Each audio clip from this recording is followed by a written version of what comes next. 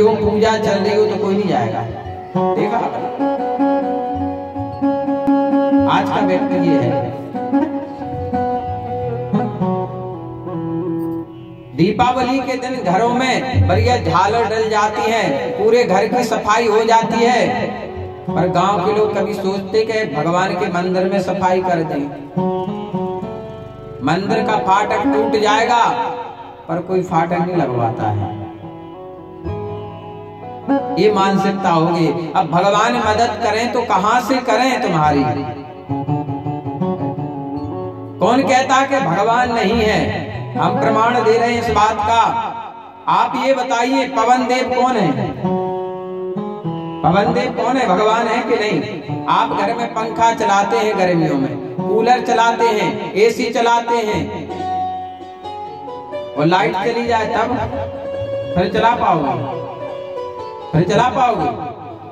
पर ये हवा धन्य है पवन देव जो कभी आपसे एक बार नहीं कहते कि तुम इतनी श्वास ले रहे हो, कभी एक बार मेरा नाम भी ले लो। कभी कहा?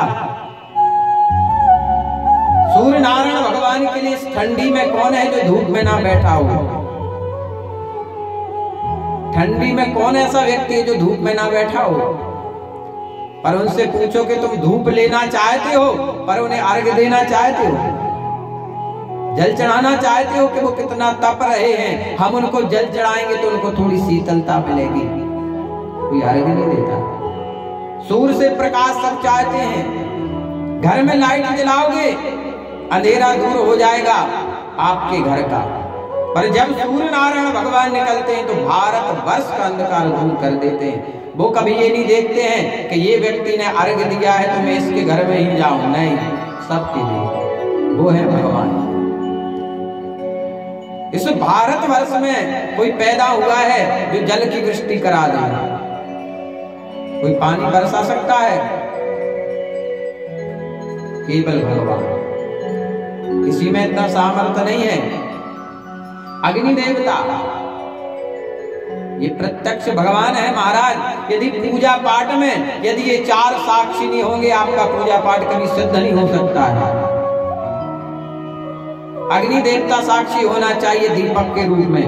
बिना दीपक जला कर यदि आप पूजा पाठ करोगे फल नहीं मिलेगा आपको। बिना आचमन किए, बिना शुद्धिकरण किए हुए आप पूजा पाठ करोगे, आपका शुद्धिकरण नहीं होगा। चंद्रमा साक्षी हो, सूर्य साक्षी हो, वरुण देवता साक्षी हो, अग्नि देवता साक्षी हो, तब आपका पूजा पाठ सिद्ध होता है। लोग कहते हैं भगवान कहाँ है, भगवान कहाँ है? और सबसे बड़ा प्रमाण है तुम स्वयं। तुम जीवित कैसे हो? तुम्हारे अंदर कोई बैटरी फिट है क्या? तुमने कभी सोचा हम बोलते कैसे हैं, हम चलते कैसे हैं, हम देखते कैसे हैं, हम सुनते कैसे हैं? घर में टीवी हो और छत पर छतरी हो, उसमें एक डिब्बी लगे रहे, उसको निकाल दो तो सिग्नल आएंगे नीचे, आएंगे। मोबाइल में से सिम निकाल दो, भले 1 लाख रुपए का मोबाइल किसी काम का है। तो भगवान आपके हृदय में बैठे सिम के रूप में, जो आपको पूरा चला रहे हैं। कभी इधर में झांक कर तो देखो दिल में, भगवान तो यहाँ है। भगवान ने हमें मानव क्यों बनाया?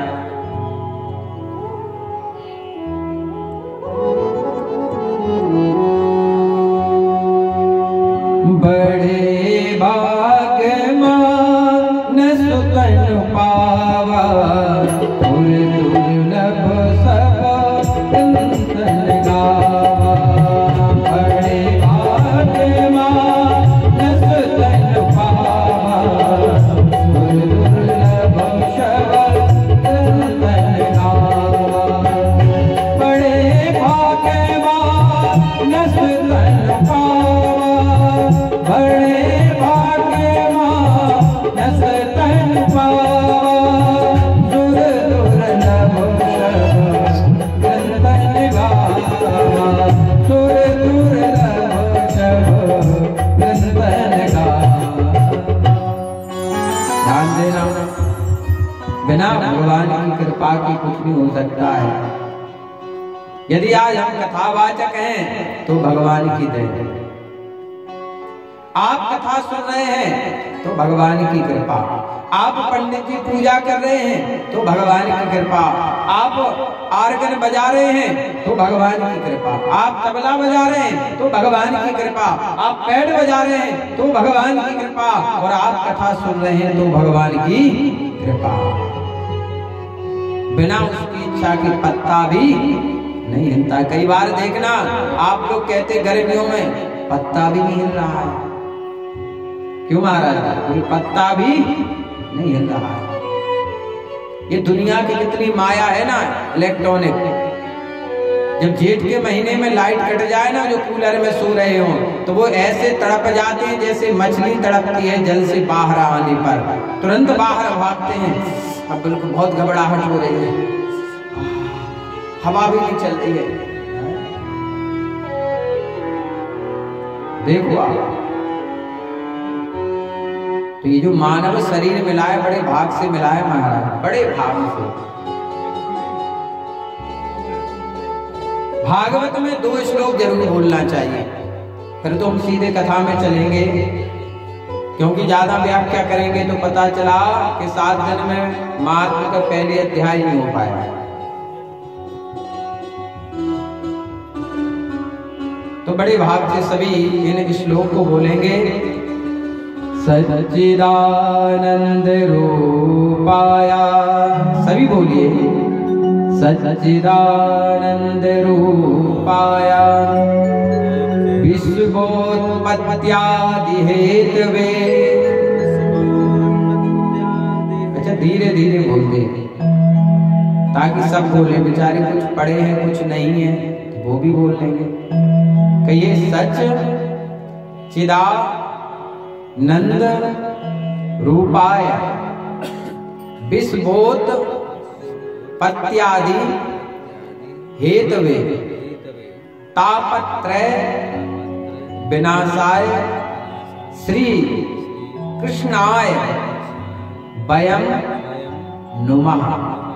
अब सबने बोल लिया है। अच्छा, ये इसका अर्थ समझ में नहीं आया होगा, लेकिन आपने बोल लिया, समझ लो भगवान की कृपा आप पर हो गई। इसको बोलना, इसको सुनना महाराज बहुत बड़ी बात है। कहते हैं कोटि जो राजसु यज्ञ होता है ना, कितने 1 करोड़ राजसु यज्ञ का जो फल होता है, भागवत के केवल 1 शब्द को पढ़ने से मिल जाता है। उसमें कितने शब्द हैं? हम चाहते हैं आपको सबको मिले फल, हम तो बांट रहे हैं। और देखो, जिसको प्यास ना हो, यदि किसी को प्यास ना लग रही हो और उससे आप कहो भैया आओ मैं आपको जल पिलाता हूं, अब उसको प्यास नहीं तो वो क्या कहेगा? आप कौन हो, आपकी जाति क्या है, ये पूछेंगे ना महाराज, आप कौन हो? वो कहेगा हम पंडित जी हैं। अच्छा, अच्छी बात है, पंडित जी हैं। आपने हाथ धोए? आपने हाथ धोए? हम आते हैं तो हाथ धुलाते हैं कि नहीं महाराज जी, थोड़ा हाथ शुद्ध कर लेते हैं। हाथ धोए आपने? हाँ, हाथ धो कर बैठे। अच्छा, ये पानी कहाँ का है? कुएं का है, हैंडपंप का है, तालाब का है? इतने प्रश्न वो क्यों कर रहा है? क्योंकि उसे प्यास नहीं है। और जेठ के महीने में हम बाहर हो, पानी ना मिले, प्यास लग रही हो, दिख जाए कि दौड़ते हैं भाई पानी पिला दो, क्योंकि उस समय प्यास है। जब आपके अंदर ऐसी प्यास जाग जाए तो समझ लेना कि भगवान की कृपा आप पर हो गई। बोले गोविंद भगवान की जय। इसमें 4 चरण हैं। पहला क्या कहा है? सच्चिदानंद रूपाय। दूसरा कहा है विश्वोत्पत्त्यादि हेतवे। और तीसरा क्या कहा गया? तापत्रय विनाशाय। और चतुर्थ श्री कृष्णाय वयम नमः। श्री कृष्णाय वयम नमः। पहला क्या है? सत्य। सच्चिदानंद की जो व्याख्या उसमें क्या है? पहला शब्द सत्य, और दूसरा चित्त, और तीसरा आनंद। सत्य चित्त आनंद बराबर सच्चिदानंद। तो सत्य क्या है? रामचरितमानस में लिखते हैं श्री तुलसीदास महाराज,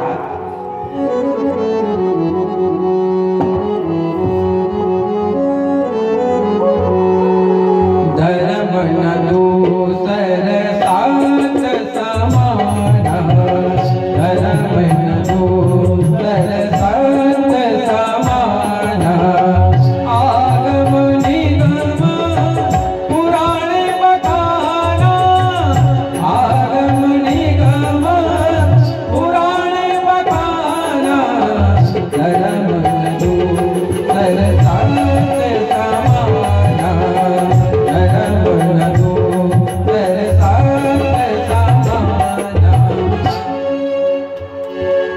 क्या है सत्य? क्या है? धर्म। जो धर्म की ध्वजा को लेकर चलता है महाराज,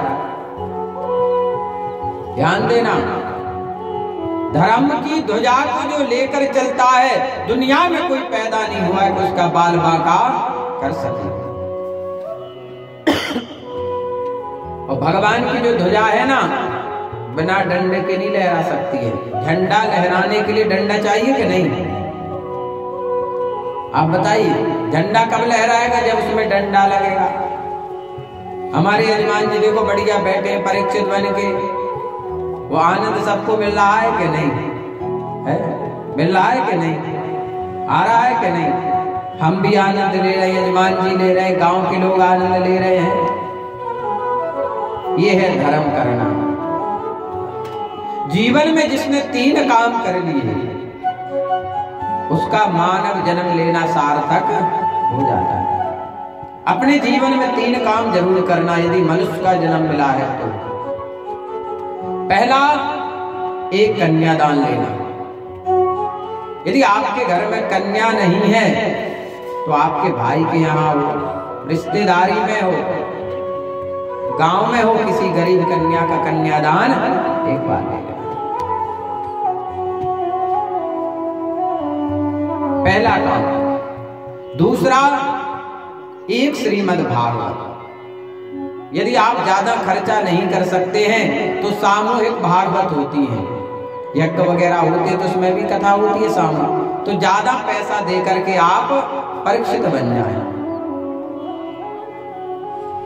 और तीसरा, अपने जीवन में एक बार गौदान जरूर करना। गौदान जरूर करना। यदि ये 3 काम आपने कर लिए तो समझ लेना कि आपका मानव जन्म लेना सार्थक हो गया। तो सत्य क्या है? धर्म न दूसर सत्य समान। राजा हरिश्चंद्र ने किसको पकड़ा? सत्य को। स्वप्न में देखा हुआ कोई दान कर सकता है? बताइए, कोई कर सकता है? पर राजा हरिश्चंद्र चांडाल बन गए। काशी में प्रतिदिन 3600 चिताएं 24 घंटे में जलती हैं रोज, आज भी। कितनी? 3600। अब आप विचार कर रहे होंगे महाराज जी क्या कह रहे हैं? बोले बनारस पूरा ही खाली हो जाएगा। तो बनारस के नहीं, चारों तरफ से आते वहां लोग लेकर। काशी में हमने ना आंखों से देखा महाराज, चिता कभी बंद ही नहीं होती है। पूजा पाठ में बनारस में कभी अग्निवास नहीं देखा जाता है महाराज, कभी भी, क्योंकि वहां 24 घंटे अग्नि रहती है। वहां अग्निवास नहीं देखा जाता है कभी बनारस में। राजा हरिश्चंद्र घाट है, दशाश्वमेध घाट है, मणिकर्णिका घाट तो प्रसिद्धि है। मणिकर्णिका घाट पर 10 चिताएं तो परमानेंट और लाइन से अलग खड़ी हुई, जलती रहती जलती रहती जलती रहती।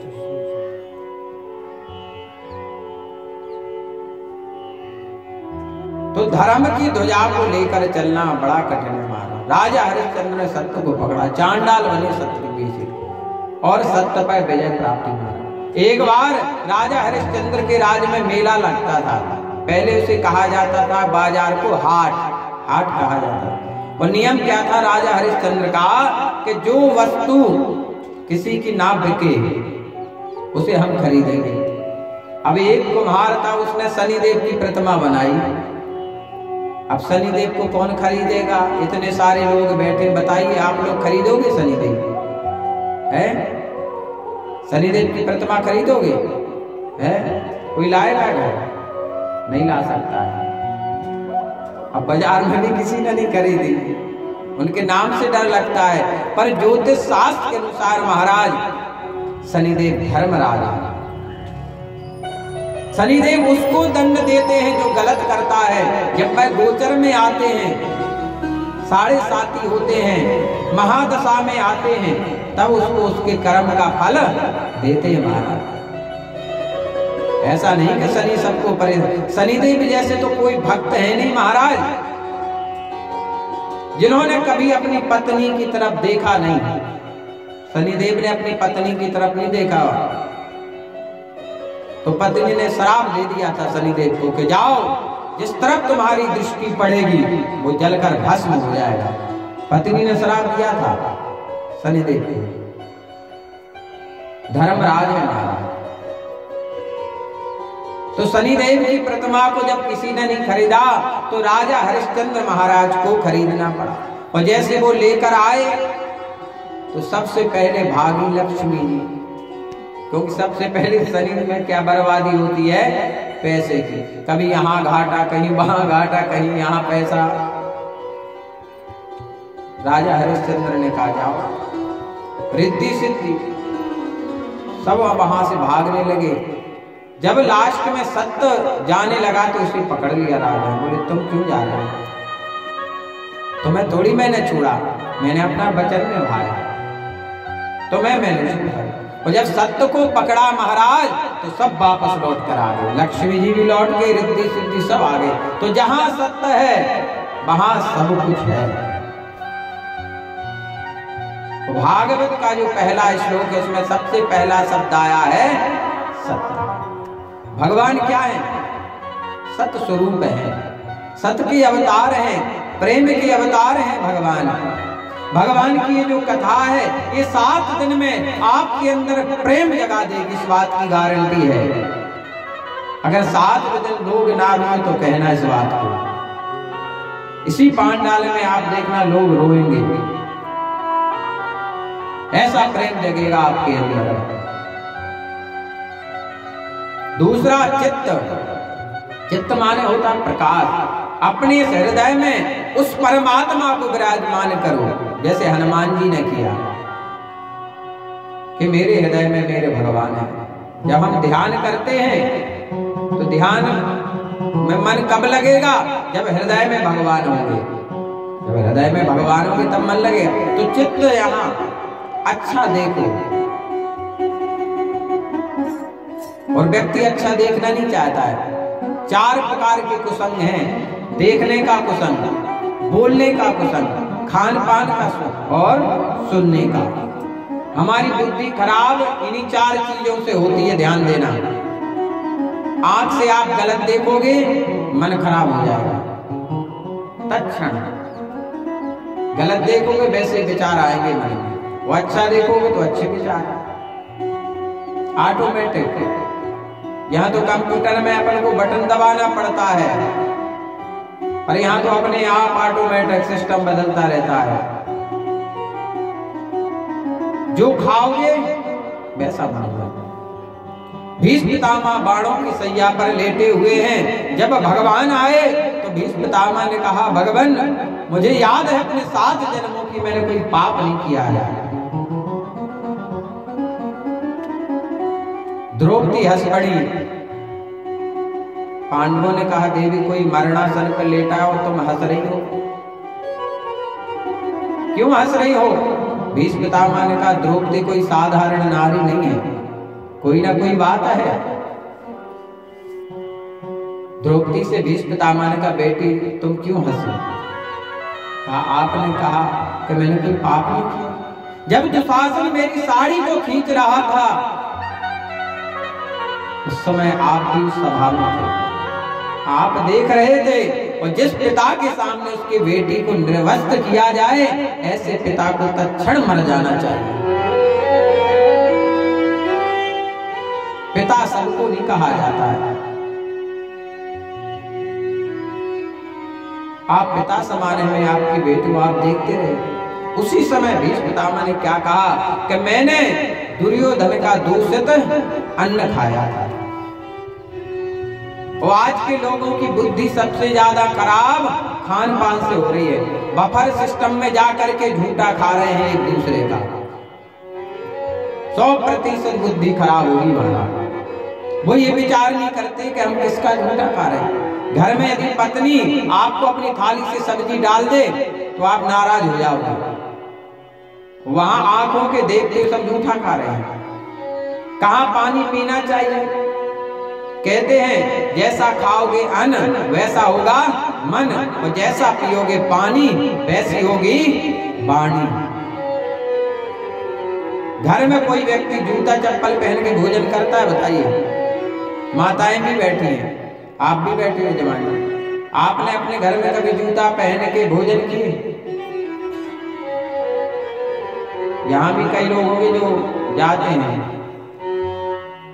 अच्छा, बफर में कोई जूता उतारा है आज तक? बफर सिस्टम में किसी ने जूता सैंडल उतारे? अच्छा, तुमने कभी घर में खाया सैंडल पहन के? नहीं खाया। बफर में पता है कि ये गलत है। अन्न का हम अनादर कर रहे हैं। साक्षात अन्नपूर्णा है मां। जब भी भोजन करो हमेशा जूता चप्पल निकाल कर। मन को अच्छा रखना है तो अच्छा भोजन करो। बफर में आप जाओ, मना नहीं करते, पर हाथ जोड़ के आओ, भैया देखो हम आ गए, पर ये हमें अच्छा नहीं लगता।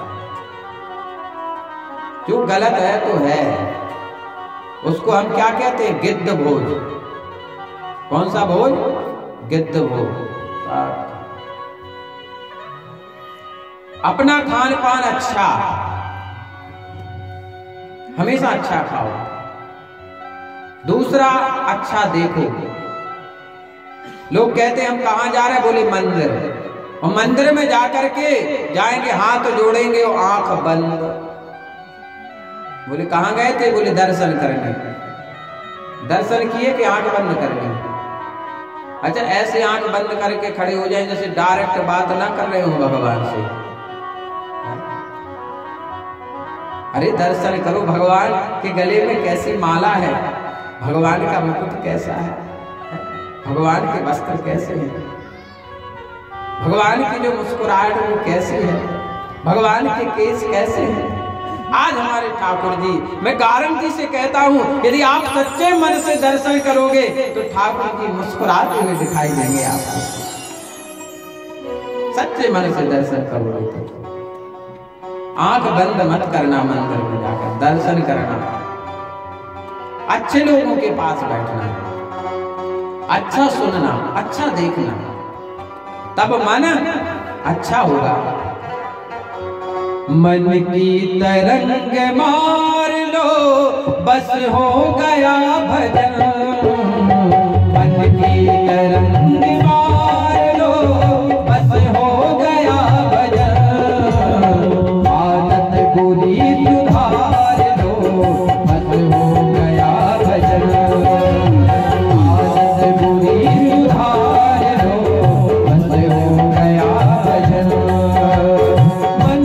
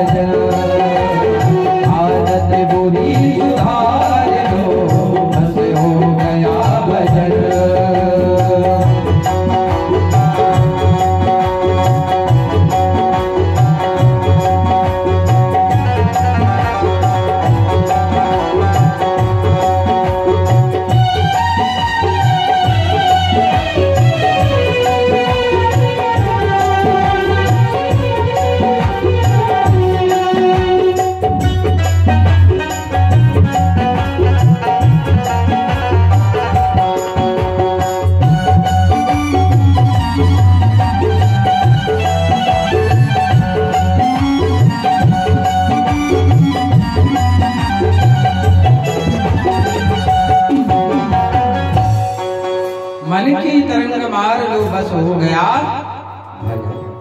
मन को बस हो। महाराज भागवत में कोई कमी नहीं है, या तो सुनने वाले में कमी है या कहने वाले में कमी है। भागवत में कोई कमी नहीं है।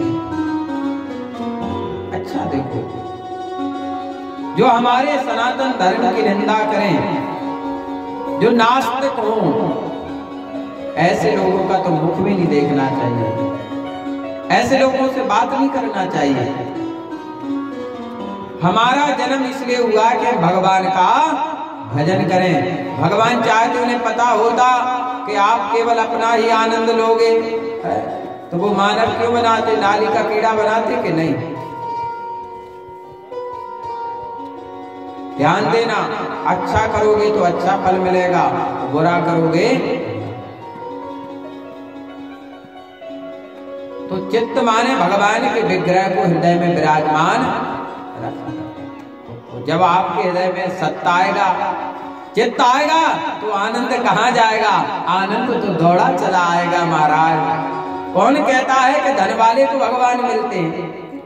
सबरी ने कहा भगवान अधम ते अधम, अधम अति नारी। 3 बार कहा अधम अधम अधम। तो भगवान ने कहा सबरी, मुझे प्राप्त करने के लिए ये आवश्यक नहीं है कि तुम धनवान हो।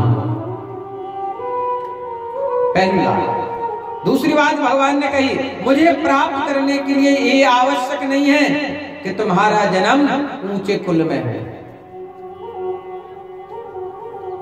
तीसरी बात कही भगवान ने, मुझे प्राप्त करने के लिए ये भी आवश्यक नहीं है कि तुम सुंदर हो।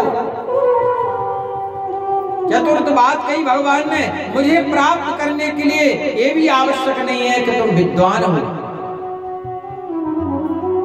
भले आप पीएचडी किए हो व्याकरण से, तो भगवान मिल जाएंगे? नहीं मिल सकते। केवल एक भक्ति करना था। भगवान कहते हैं भले वो सूत्र क्यों ना हो, यदि भक्ति करेगा तो मैं उसके घर पहुंच जाऊंगा, और जिस घर में भक्ति हो वहां मेरा निवास सदैव रहता है। बोल गोविंद भगवान की। केवट के पास क्या था? पढ़ा लिखा था, जाति में बड़ा था, धनवान था। क्या था केवट के पास? न नौका अच्छी थी, न कपड़े अच्छे थे, न सकल सूरत में अच्छा था, न पढ़ा लिखा था, अंगूठा छाप था। लेकिन जो उसे मिला वो सबको नहीं मिला। अति आनंद उमग अनुराग,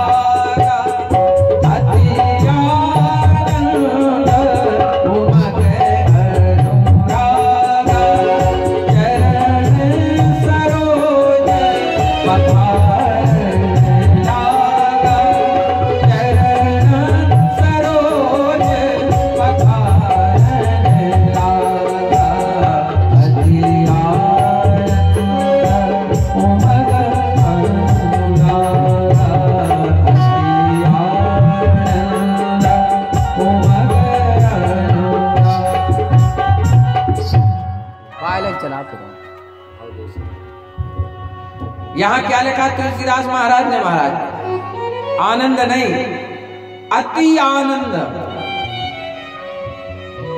आनंद नहीं, अति आनंद। वृंदावन में कई भागवतों में मैंने देखा महाराज 90-95 साल की मैया है बूढ़ी, ऐसा ठुमका लगा रही है भगवान के जन्म में। क्योंकि उसे क्या आ रहा है? आनंद। आनंद, अति आनंद। कई जगह हमने देखा एकांत में जगह नहीं है, पीछे खड़ी है, पीछे नाच रहे अपने मस्ती में है, क्योंकि वो वहां पहुंच गई है, इसलिए उसे आनंद आ रहा है। और जो वहां पहुंच जाएगा उसी को आनंद आएगा। ध्यान देना, गर्मी के समय में जल के ऊपर आप स्नान करोगे तो ऊपर जल कैसा रहता है? गर्म। और जितने नीचे डुबकी लगाते जाओगे उतना ही ठंडा पानी मिलेगा। कथा की गहराई में जितने जाओगे, जितने भाव से सुनोगे, उतना आनंद आएगा।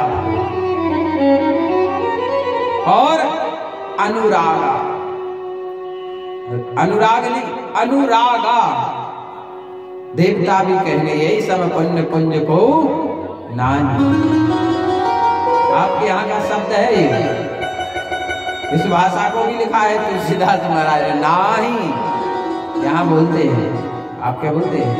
हमारे यहाँ कहते नहीं, यहाँ नाही, यही सम पुण्य पुंज को नाही। एक बार जब भगवान का विवाह हुआ, चरणों की महिमा देखो आप, तो विवाह के बाद दोनों चरणों पर अधिकार किसका हो जाता है? पत्नी का। लक्ष्मण जी की सेवा छूट गई। लक्ष्मण जी ने भगवान से कहा, भगवान मैं तो बिना आपके चरणों के रह नहीं सकता हूं।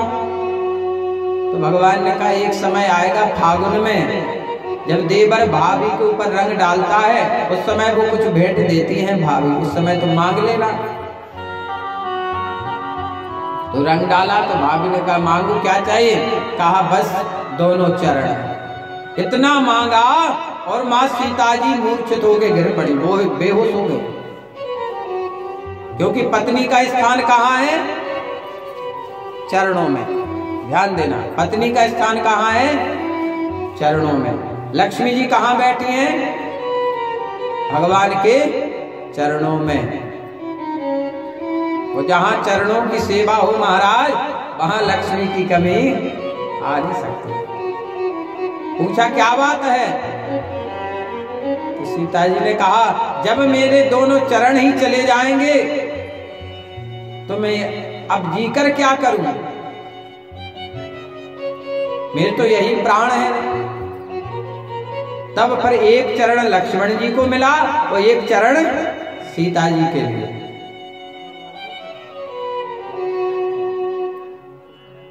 और आज उस केवट ने दोनों चरण पखारे भगवान के, वो दोनों देख रहे हैं।